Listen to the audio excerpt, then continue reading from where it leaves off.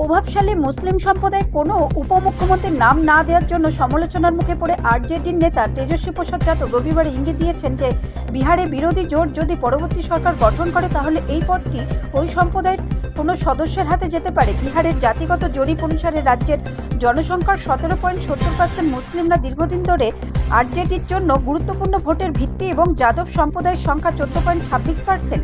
বেশ কয়েকদিন ধরে এনডিএ তেজস্বীকে মুসলিম নেতার পরিবর্তে সম্ভাব্য উপমুখ্যমন্ত্রী হিসেবে মাল্লা জেলে সম্প্রদায়ের এক নেতাকে বেছে নেওয়ার জন্য লক্ষ্য করে আসছেন।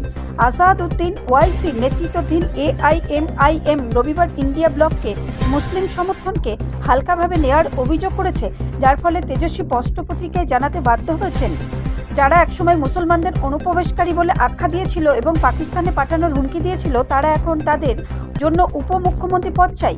বিজেপির লোকেদের চিন্তা করার দরকার নেই, এই চিন্তা আনে वाले समय में दूर हो जाएगी। আগামী দিনে এই উদ্বেগের সমাধান করা হবে, তেজস্বী রবিবার সাংবাদিকদের বলেন। ব্যুরো রিপোর্ট, রাষ্ট্রীয় প্রসার বাংলা।